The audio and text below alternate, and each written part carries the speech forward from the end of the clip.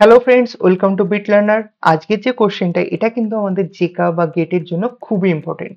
তো আমরা দেখে নেবো যে এই ধরনের কোশ্চেন্স গুলো আমরা ম্যানুয়ালি কি করে সলভ করতে পারি। দেখো, প্রথমে মেন থেকে এক্সিকিউট স্টার্ট হলো। যখন এই লাইনটাতে আসছে তো তখন আমাদের আই নামের একটা ভ্যারিয়েবল ক্রিয়েট হচ্ছে, যার মধ্যে এখন গার্বেজ ভ্যালু রাখা আছে, কারণ আয়ের ভ্যালু ইনিশিয়ালাইজও করেনি।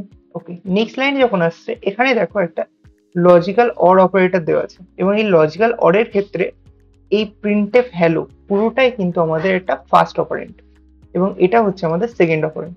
তো ফার্স্ট অপারেন্ট যখন ইভালুয়েট করবে তো অবশ্যই হ্যালোটা আগে প্রিন্ট হবে।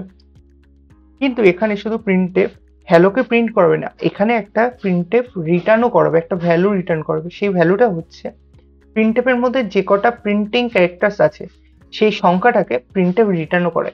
এখন প্রিন্টএফের মধ্যে 5টি হচ্ছে প্রিন্টিং ক্যারেক্টার্স আছে, তাহলে প্রিন্টএফ এখন রিটার্ন করবে আমাদের 5। এবং এই লাইনটাকে যদি আমি পুরোটা একসাথে লিখি তাহলে আমি লিখতে পারি এরকম ভাবে 5 লজিক্যাল অর 6, এবং এটার আউটপুট অলওয়েজ 1 আসবে।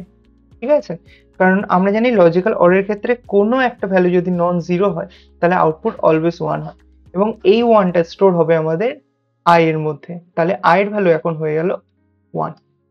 এবং দেখো নেক্সট লাইনে আমাদের আই এর ভ্যালু প্রিন্টও করাতে বলেছে, তাহলে 1ও প্রিন্ট হবে।